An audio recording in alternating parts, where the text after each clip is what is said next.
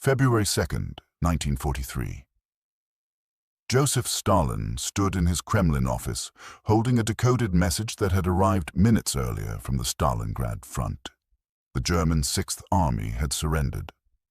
All of it. 91,000 men, including 24 generals and one field marshal, walking into captivity through the frozen ruins of a city that no longer existed. He read the message twice, then placed it carefully on his desk, his face betraying nothing to the aide who had delivered it. What Stalin said in that moment, according to those present, was almost nothing. He nodded once, dismissed the aide, and returned to the papers on his desk as if the greatest German defeat of the war was merely another item checked off a list, but his hands, witnesses later recalled, trembled slightly as he lit his pipe.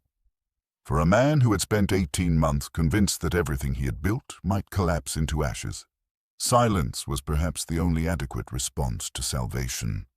The Stalin who received news of Stalingrad's fall was not the Stalin who had existed 18 months earlier. To understand what this moment meant, you have to go back to the man he had been when the world was ending. June 22nd, 1941. The day Germany invaded, Stalin had effectively vanished. Not physically, but psychologically. For 11 days, he withdrew to his dacha, speaking to almost no one, appearing to his inner circle as a man in shock. When Molotov and others came to bring him back, they found him slumped in a chair, looking, as one later described, like a hunted animal. His first words, they claimed, were defensive, almost paranoid. "Lenin founded our state, and we've fucked it up." This was the Stalin of the catastrophe, the man who had purged his officer corps, dismissed intelligence warnings about the German attack, and now watched his armies disintegrate. In the first 3 weeks, the Red Army lost more than 3 million men, killed, captured, or missing. The Germans advanced up to 40 miles per day in some sectors. By September, Leningrad was encircled. By October, German troops could see the spires of the Kremlin through their binoculars. The Stalin who emerged from that initial paralysis was a different creature than the confident dictator of the 1930s. He was frantic, suspicious, desperate. His orders to commanders on the front reflected a man trying to stop a flood with his bare hands. "Not one step back" wasn't just a slogan, it was the howl of someone watching everything slip away. Officers who retreated were shot. Soldiers who hesitated were shot. Entire units that failed to hold positions were decimated by their own barrier troops. The penalty for defeat was death. Because Stalin believed the alternative was the death of everything. His conversations with his generals during this period, recorded in various memoirs, show a man oscillating between rage and something close to panic. When Zhukov told him Moscow might have to be abandoned, Stalin's response was to threaten him with execution. When commanders reported German breakthroughs, he would sometimes refuse to believe them, insisting they were exaggerating or lying. Other times, he would call them cowards and demand impossible counterattacks with non-existent reserves. The winter of 1941 brought the first hint of hope. The Red Army counterattacked outside Moscow, pushing the Germans back. But Stalin misread what this meant. He believed the Wehrmacht was broken, the total victory was within reach. He ordered offensives all along the front, spreading his forces thin, trying to win the war in one massive stroke. The result was disaster. The Germans held. Then, in the spring of 1942, they attacked again. The summer of 1942 was, in many ways, worse than 1941. The Germans drove into the Caucasus, toward the oil fields Stalin desperately needed. They pushed toward the Volga, toward Stalingrad. And Stalin, watching this unfold, issued Order No. 227 on July 28th. "Not one step back" became official doctrine. Penal battalions were formed from men accused of cowardice. Blocking detachments were positioned behind regular units to shoot anyone who retreated. The order was explicit. Panic mongers and cowards must be destroyed on the spot. This was the language of a man who believed he was losing. Not just battles, but the war. Not just the war, but everything. The Soviet Union, the revolution, his own life, all of it circling the drain. His conversations with Churchill and Roosevelt during this period were increasingly desperate pleas for a second front, for more supplies, for anything that might take pressure off the Eastern Front. He accused them of deliberately letting the Soviets bleed. He raged at delays. He suspected betrayal everywhere. Then came Stalingrad. The battle began in August 1942 as a German attempt to capture the city and cut Soviet access to the Volga. It became something else entirely. The fighting devolved into a block-by-block, building-by-building, room-by-room nightmare. The Germans pushed the Soviet defenders back to a strip of land along the riverbank, sometimes only a few hundred yards deep. Stalin's orders to the 62nd Army defending the city were characteristically blunt: hold or die trying. But something was happening that Stalin didn't advertise. While the Germans were grinding themselves down in Stalingrad's ruins, Soviet planners were preparing something unprecedented. Zhukov and Vasilevsky came to Stalin in September with a proposal. Let the Germans exhaust themselves in the city, then launch a massive counteroffensive to encircle them, not just push them back. Encircle them. Destroy them. Stalin's response to this plan revealed how much the disasters had changed him. The old Stalin might have dismissed it, might have demanded immediate counterattacks, might have purged the generals for suggesting something so ambitious. But this Stalin, the one who had watched his armies shattered again and again, listened. He asked questions. He studied maps. He was learning, painfully, to trust military expertise over his own instincts. The planning took months. Over 1 million Soviet troops were assembled in secret, along with thousands of tanks, artillery pieces, and aircraft. The Germans, fixated on capturing the last blocks of Stalingrad, noticed nothing. On November 19th, the counteroffensive began. The operation, codenamed Uranus, was devastatingly simple. 2 massive Soviet forces attacked the weak Romanian armies guarding the German flanks north and south of Stalingrad. Within 4 days, they met behind the German 6th Army, trapping over 250,000 men in a pocket. Stalin received the reports of the encirclement with what witnesses described as visible relief. Not celebration, not triumph. Relief. As if a man who had been holding his breath for 18 months could finally exhale. His response was to order the pocket held shut at all costs and to reject any German attempts to break out or break in. The 6th Army would be destroyed, not driven back. This was the new Stalin, thinking not just about survival, but about annihilation of the enemy. The Germans tried to relieve Stalingrad. Field Marshal Manstein launched a desperate offensive in December, getting within 30 miles of the pocket before being stopped. Stalin personally oversaw the Soviet response, calling commanders multiple times per day, demanding updates, ordering reinforcements. But there was a difference now. He was no longer panicking. He was prosecuting. Inside the pocket, the German 6th Army was dying. Supplies ran out. The temperature dropped to 30 below zero. Soldiers starved.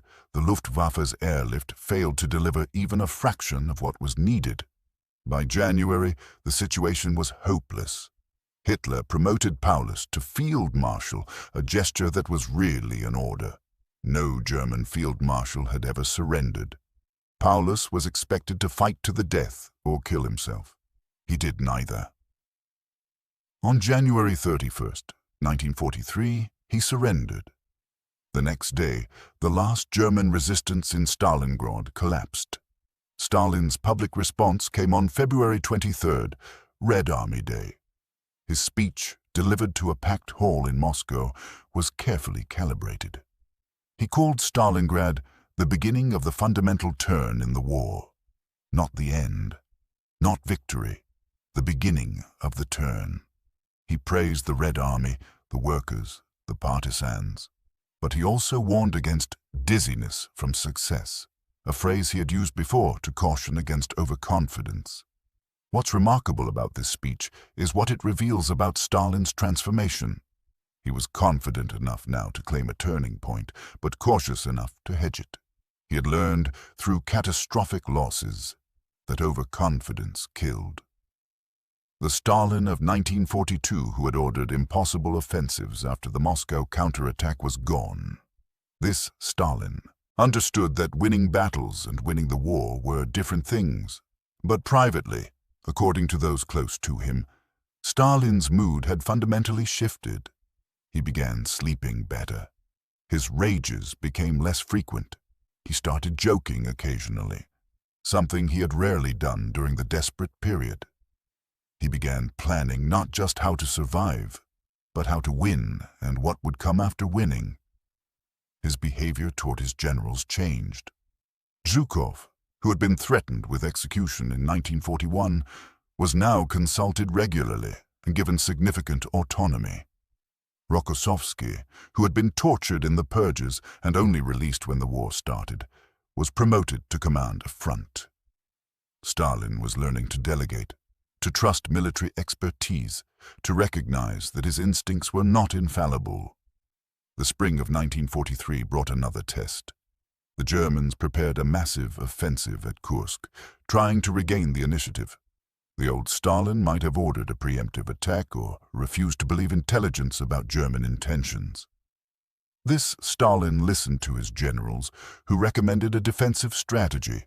Let the Germans attack into prepared positions, bleed them dry, then counterattack. Stalin approved the plan. The Battle of Kursk in July 1943 was the largest tank battle in history. The Germans threw everything they had at the Soviet defenses and broke themselves against them. Then the Red Army counterattacked, beginning the liberation of Ukraine. This time, there was no doubt. The tide had turned. Stalin's May 1, 1943 speech reflected his growing confidence. He declared that the threat of enslavement had been removed from the Soviet people. He spoke of the Red Army's growing strength. He even allowed himself a moment of satisfaction, noting that the Germans had been forced onto the defensive, but he still cautioned against underestimating the enemy, against assuming victory was inevitable. What Stalin said in private during this period, recorded in various memoirs and documents, shows a man thinking beyond mere survival. He began discussing post-war borders. He started planning how to ensure Soviet security after Germany's defeat. He thought about spheres of influence, about buffer states, about making sure the Soviet Union could never be invaded like this again. His relationship with Churchill and Roosevelt evolved. Where before he had been desperate and pleading, now he was demanding and calculating. At the Tehran Conference in November 1943, Stalin arrived as an equal, representing a nation that was now clearly going to be on the winning side. His conversations there were about dividing the post-war world, not about begging for help to survive. But the paranoia never entirely left. Even as the Red Army pushed west, even as victory became certain, Stalin remained suspicious. He suspected his allies of trying to make a separate peace with Germany. He suspected his own generals of becoming too popular, too powerful. He suspected returning Soviet prisoners of war of being contaminated by exposure to the West. The man who had learned to trust enough to win had not learned to trust completely. The transformation was incomplete in another way too. The brutality that had characterized his leadership during the desperate period didn't disappear with success. Penal battalions continued to be used. Barrier troops continued to shoot retreating soldiers. Entire ethnic groups suspected of collaboration were deported. Victory didn't make Stalin merciful, it made him vindictive.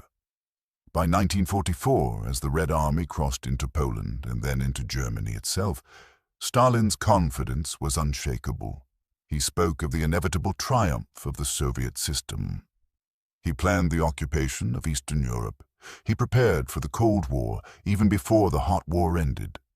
The man who had nearly collapsed in June 1941 was now thinking about Soviet domination of half of Europe.